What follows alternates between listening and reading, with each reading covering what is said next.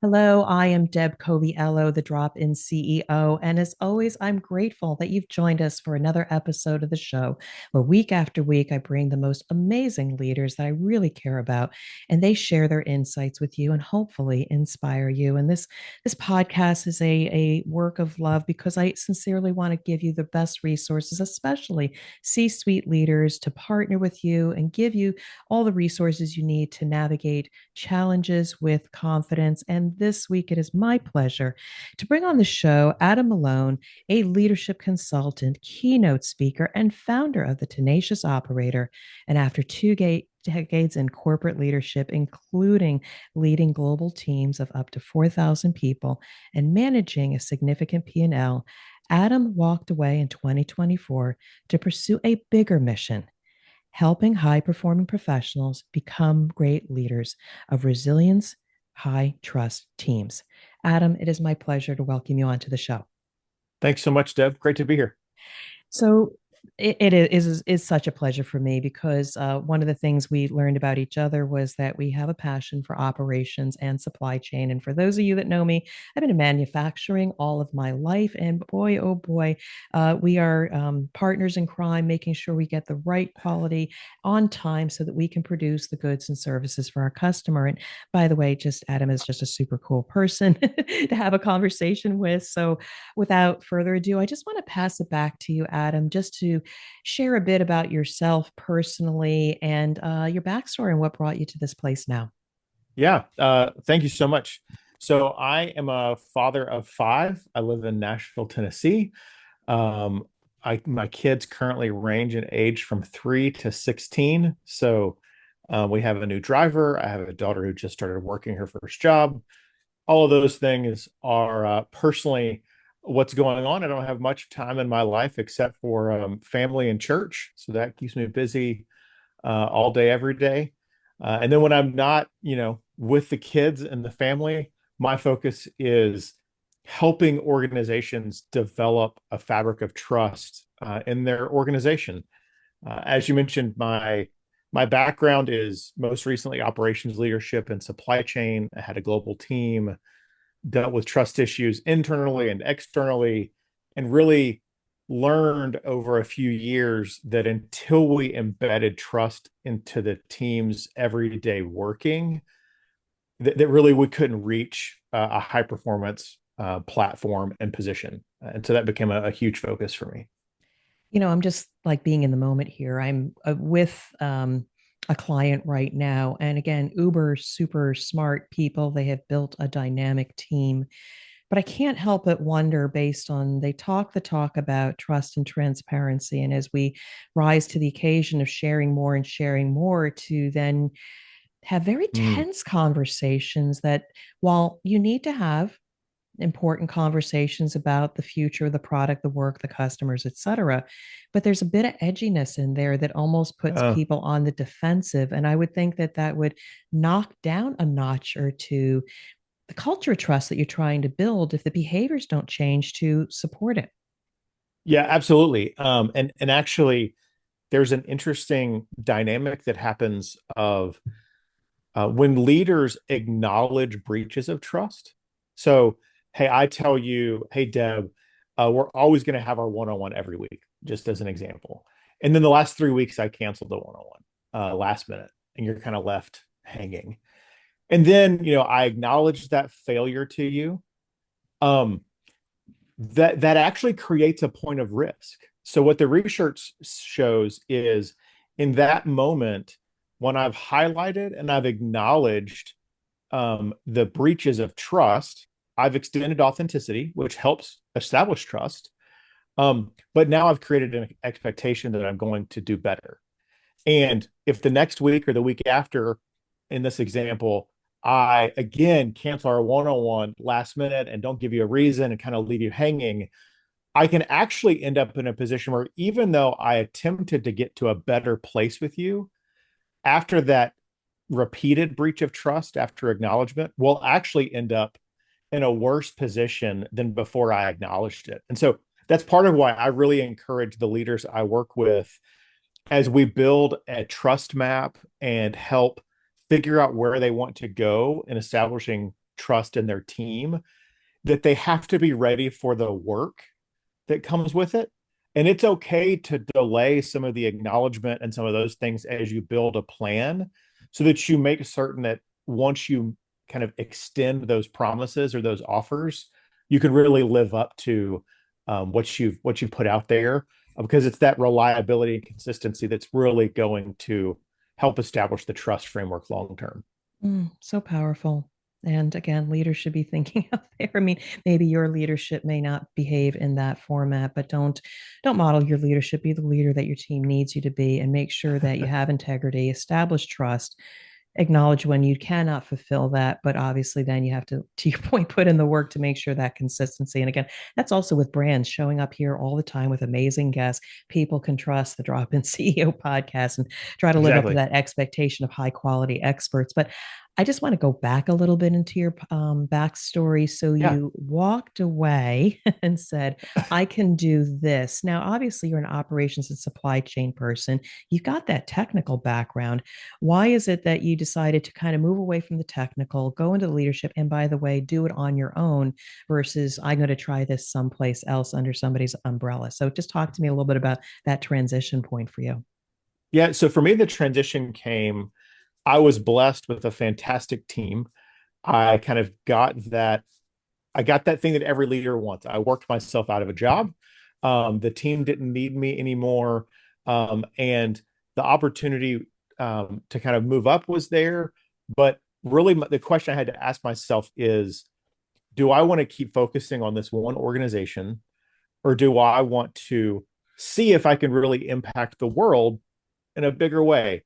And you mentioned kind of my byline of, helping create great leaders. It's my belief that we need more great leaders in our communities, in our churches, our governments, and our companies. That we need them everywhere. Um, and I hope I can help do that maybe in a little bit bigger way than just one company. And so that's what led me to make the transition. Um, it's risky, it's scary, it's fun, it's exciting. As you know, it's all those things. But it's the hope of doing something that maybe is a little bit more impactful than working at one company, but maybe impacting more lives and more people is the hope that I have. And I guess the reason why you came on here, because we are on that same journey. Again, we've done the work, we've gained a lot of expertise, but along the way, we took the time to reflect of what is our greater purpose? What are our gifts? Because at the end of the day, you may not be the smartest supply chain person anymore. You've built an amazing team around you. Then next, what is it that we're supposed to do? And being it's one of those things I talk about also when I'm a guest on a show, like, why do you do what you do? And I said, well, I want to help people struggle less, to Mm, spend more time doing the work, to spend more time with either themselves, family, community, or others. And I think we're all on this earth meant to connect with as many people as we can. It's just a matter of finding our true gifts and what then is that impact or outcome that we're hoping to achieve. Again, I agree, it is scary, but when you find those people that truly value your spirit, your gifts, it's a beautiful thing. yeah, But there's so many things I want to go into, but one of the things that sure. you feel really proud about is that you talk about more impact but fewer leaders. You have this thoughts Mm. about fewer leaders and more impact. What does that mean? Yeah, so that's the idea that I believe in, that we should encourage fewer people to become leaders. And by that I mean in lots of organizations, certainly in the one that I grew up in, I was in one company for 17 years. Um, the path of growth was, I'm an individual contributor. I then do really well as an IC, and then they give me a person to lead. So then I'm kind of like a IC plus, right? Most of my value is still individual contributing, but not a lot of leading, maybe managing. Um, and then if I don't screw that up too bad, I'll end up with a team. And kind of one day you wake up and you look around and you have often like a sea of, I would say, mid-level managers who got there because they wanted to earn more money. They wanted to have some more responsibility, but they didn't really want to lead. And they were kind of presented with this: to be able to grow, you have to have a team. And while that's certainly true at some point, like you can't just grow on your own forever. I think we would be much better served if we did more work to identify people who desire leadership and exhibit skills that can be translated into strong leadership, and then invest heavily in them. And an example of that I see is because companies and teams frequently, they give someone one or two people, they kind of do that for a while, and then eventually they get a larger team if they don't screw up. Um, and it's at that point when we say like, oh, we should dedicate some resources to training Adam. Maybe he could be a good leader. He's got four or five people. And by that point, a lot of my leadership kind of ideals have already been ingrained. I haven't really been trained that much to lead because they needed me to do my individual contributing work. And so to take me away from that to train me was kind of like a seen as a cost. Like he's not going to lead that many people. Is it worth it to invest now? So that investment gets delayed. And that delay means that I kind of take a lot of bad habits and maybe don't get the best leadership modeled for me and all kinds of things. And then you end up with this, I would say mid-level management to mid-level management plus layer of kind of people that are more mediocre managers than leaders. And I just think we should identify fewer people and invest a ton of resources in them to create people who want to be great leaders. And that's really a pivot point for an organization to me.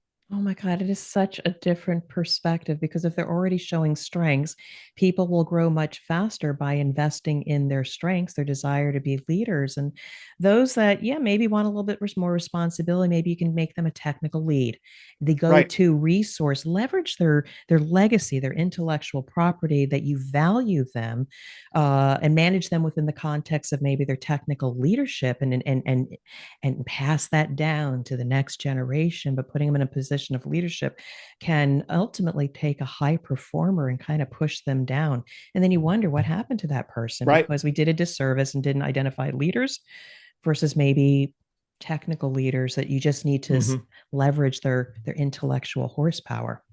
Right. What a Absolutely. what an amazing insight. Now, wow, you're speaking to the choir here. I hope a lot of people are listening to this episode, but we're going to move in another direction here. I want to talk to you a little bit more about leadership across time zones. Again, we Yeah. are a global company or global world right now. We have to understand about cultures, time zones. We try to do it, and we've been doing it for some time, especially with COVID. Maybe if we can't travel, but what's your take on it? Because I think we can forever learn and grow about how to best leverage teams across Yeah. multiple time zones. So as the leader, I think there's some behaviors that when you're leading across time zones, you can really help embody so that you kind of establish trust with your team. So here's an example. Yeah. When I first started in the team that I was on, I worked a ton with the Philippines in our supply chain group. Eventually, that facility became part of my team, but when I first started, they weren't. But I noticed this behavior where lots of the leaders in the U.S. would want to do calls in the U.S. time at 7:30 or 8 in the morning, which seemed reasonable in a way. What they didn't understand, though, was, especially at that point, about 8 years ago, the Filipino team didn't have great internet at home. And so I realized after a while, after about 6 months, that we had a lot of Filipino team members who were staying at the office to have those calls in their evening. Now, in some ways, it seemed very equality driven, meaning the U.S. team frequently did calls in our evening, and so you might say like, "Hey, we do calls in our evening; they do calls in their evening." It's fair, it's free, it's everyone's getting treated equally. But when you go inspect it, what you found was you actually had a pretty large group of team members that weren't leaving the office until after those calls. And so they weren't seeing their family for dinner like I was in my evening. Or because the time zones were a little different, I could do my calls at 8 p.m. my time, be in bed at 10:30 or so. Well, it was a 14-hour time difference. So for them, my 7:30 or 8 a.m. call was 10 p.m. their time. And so it was acknowledging that and seeing that and talking to the team. And finally I said, like, hey, I understand why we've done this historically. We need to see if we can change and try to only do calls in the US team's evening so that the Filipino team members can get home. It's like it's not great that they're having to stay home. That one like acknowledgement or tweak or seeing what was happening changed the way the Filipino team felt, and it helped them feel seen, right? Because someone saw something that they weren't complaining about. They weren't unhappy about. They weren't even unhappy about it, which is something else to talk about. Um, but we showed them care in making that change, and all of a sudden they now felt seen and heard, because someone showed them empathy, and some authenticity, even when they weren't asking for it. And when we lead across time zones, it's really important that we kind of acknowledge the impact we can have as the team as leaders when maybe we ask things that we don't realize how burdensome they are, Yeah. or to see the cultural differences of, like in that case, those team members didn't have good internet at home. They do now, like in 2022, 2023, that wasn't really true anymore. And so that could be a little bit different. Um, but seeing those slight cultural or just technology differences for your teams, and then just making slight tweaks along the way, can really like have monumental shifts in how the relationships between the teams work. It's beautiful. And again, just showing we care, regardless if there is an issue or risk, goes a long way in trust. Yeah. I got to ask you a little bit of a clarifying question before I lead with this next one. Now, one of the things you feel, and I think we share this, is about the challenges that one faces when scaling up an organization. Now, a Mm-hmm. lot of your experiences come from very large corporations, but have you had the opportunity in like smaller entities, like 25, 50, 100 people going to like 200? Have you had that dynamic as well? Okay, so you and I are going Yeah. to Some. have a little Yeah. powwow right now while our listeners listen. So I regularly drop into companies between, Mm-hmm. say, 50 and 100 people, and they're doing a great, they're humming along, maybe second generation, or they're getting more mature. And then when things change, new Mm. customer requirements, they're going to need to increase ad machinery or something like that. They're going to have to hire people that, gee, they used to get out of one person that did three different hats.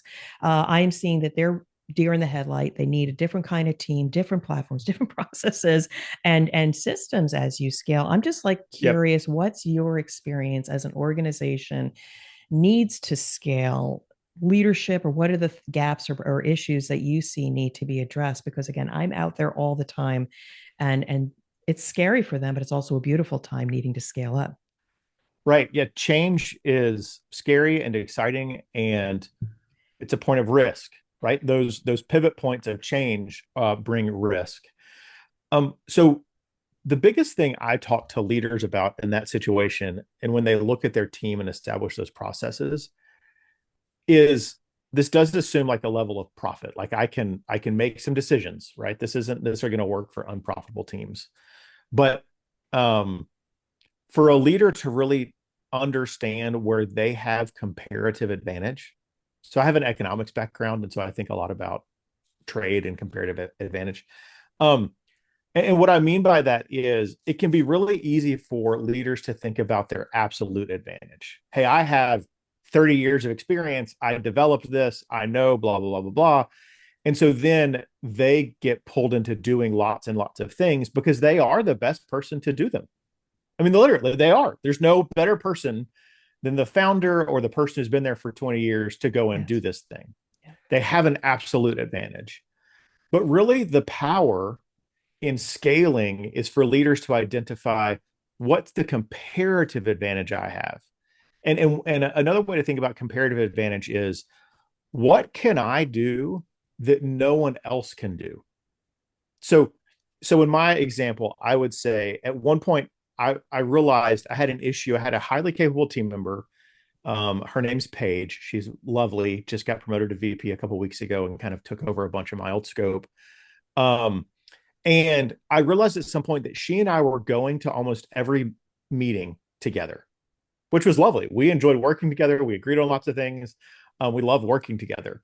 But what I realized was um, I wasn't needed there. She had an advantage. She had all the knowledge and skills necessary to do what was needed. Um, but I was there kind of in the way. And I had a comparative advantage though, because I could go outside of our organization and do a bunch of work with the front of the business that she didn't have any relationships to do. And it really was an unlock for our team when I leaned out of my absolute advantage, gave it to her, and I went and focused on things that she couldn't do.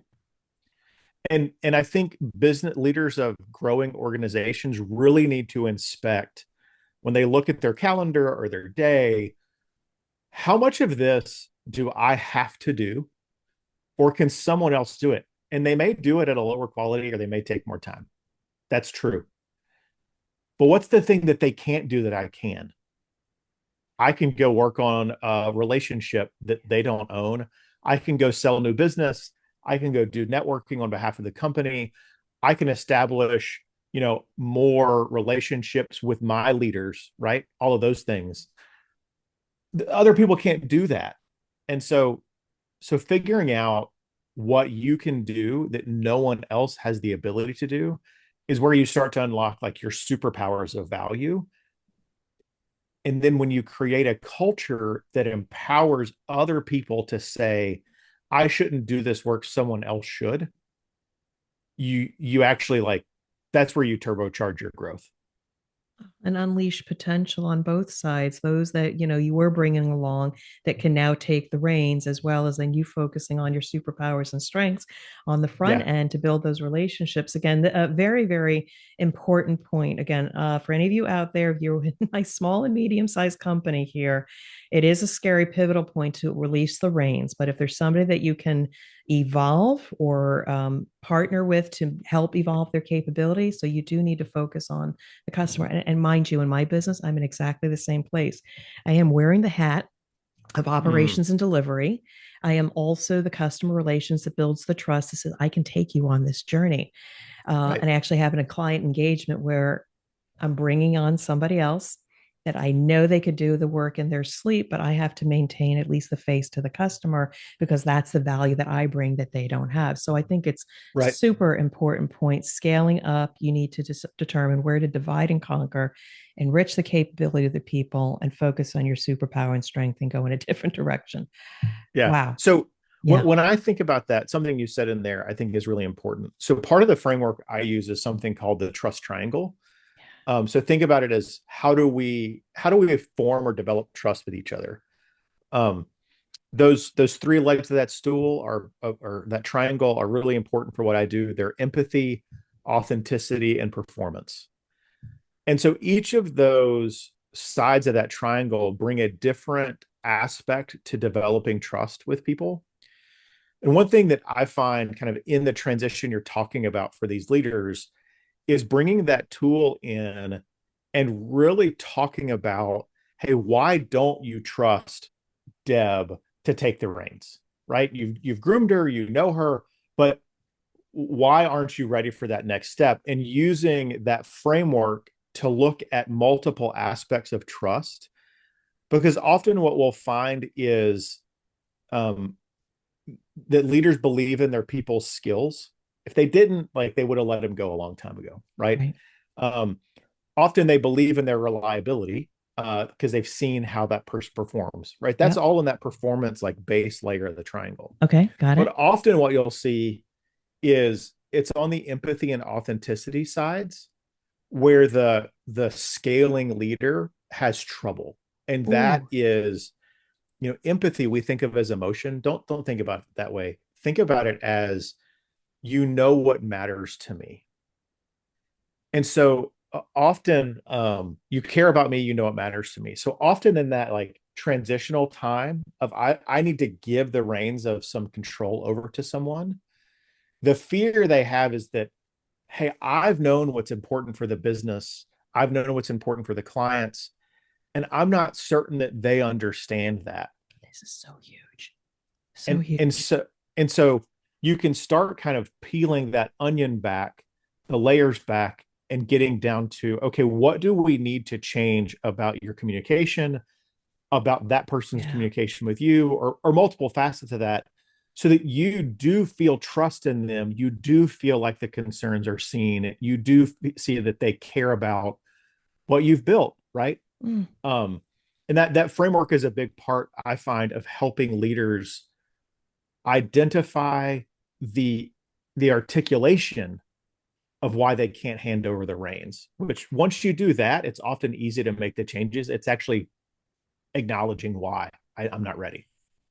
So here's one thing. First of all, I'm getting a little bit of free advice by this conversation. Because, so for instance, I have this person that's going to help me with the technical stuff because I absolutely trust their performance. They know the stuff better than I know enough to be dangerous. But what they don't have is the empathy factor because it's not sometimes with a customer or client, it's almost not about the technical work, but do they trust you to take them on this journey because they have no idea how to get there?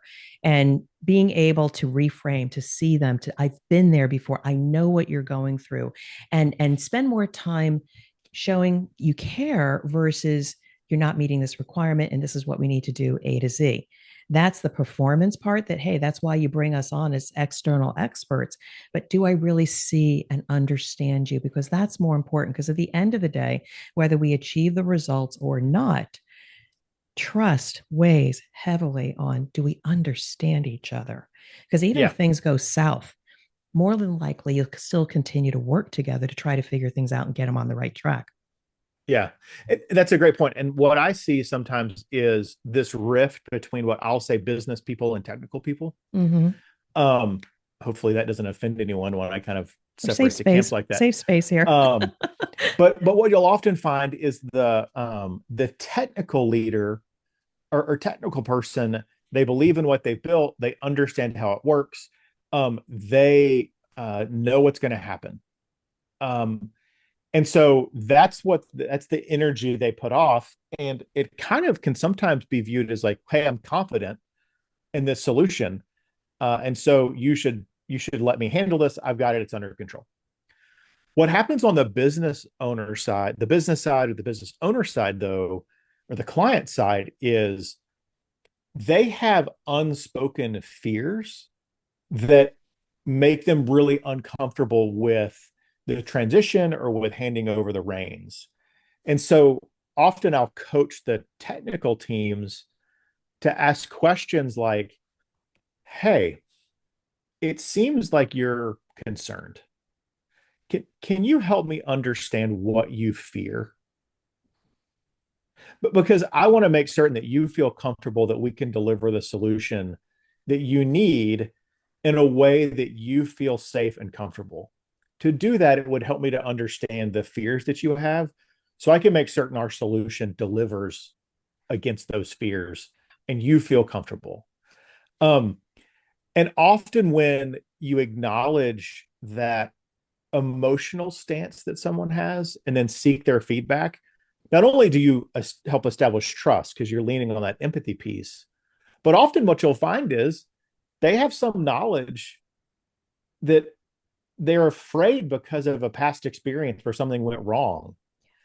And so when they share that information openly, it allows the technical person to go like, oh, I didn't understand what happened before, or I didn't know about this fear or thing that you had.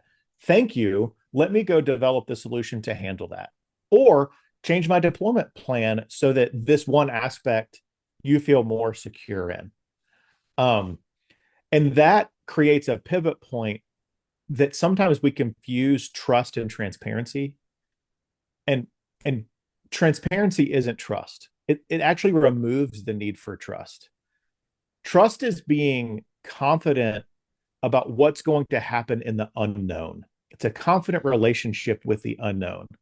When I give transparency, I'm reducing the unknown. And that's okay. Like, that's not wrong. But sometimes we would be better served to differentiate between where do I need to create transparency, remove the unknown, and where do I need to invest in building confidence in my partner that I'll handle the Yeah. unknown in a way that they want and will benefit them. Such an important insight. And in this conversation, you and I are building a little bit of trust.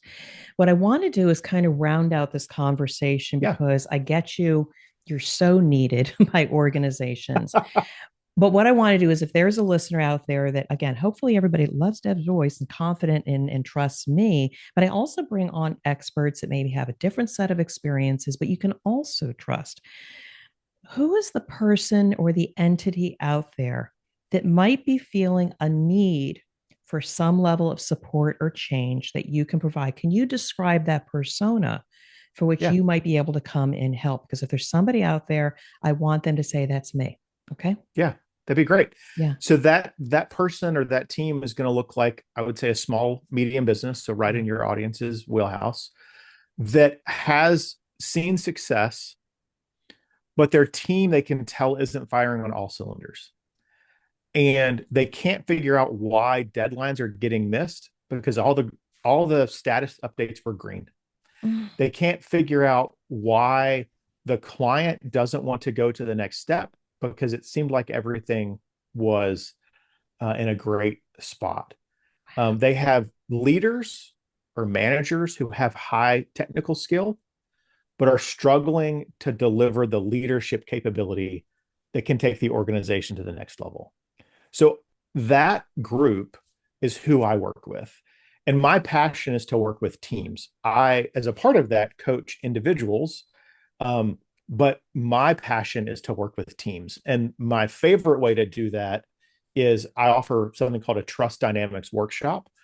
Generally, that's 6 to 8 hours. It can be 2 days if people want, but we'll come on site and help articulate where the team is trying to go and what aspects of that trust triangle I mentioned are they maybe lacking on within the team or maybe with the group that team leads that's preventing them from actually achieving their long-term or even medium-term goals.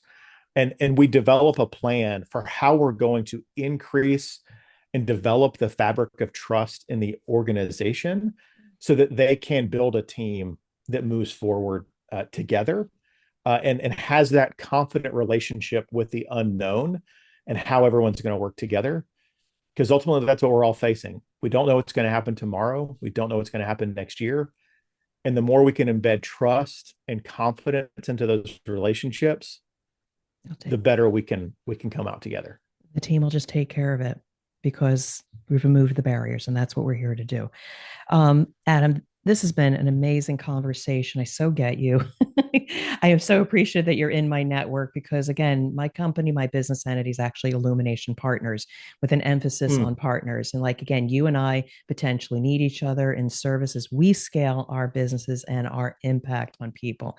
I'm going to throw the mic over to you one last time because I'm hoping my listeners have truly enjoyed this conversation. I want to be able to give you a few last words and ways people can engage with you. sure. Thank you. The best way to get in touch with me is the tenaciousoperator.com. If you visit that website, it'll tell you more about that Trust Dynamics workshop and also a course I offer that's similar. I have a newsletter people can take part of and a blog and those things. I'd love to hear from the listeners and really learn how trust is a part of their everyday. Um, if going to a website is not convenient for you, if you'll just text operator to 33777, that'll get you in contact with me as well. That's operator to 33777. And you'll get me through that means and we'll stay in touch. And I hope to learn and grow with your audience just as much as they have with you. All right, Adam, I just want to say thank you for dropping in on the show. I want to wish you well and continue success and just thank you so much. Thanks so much, Deb.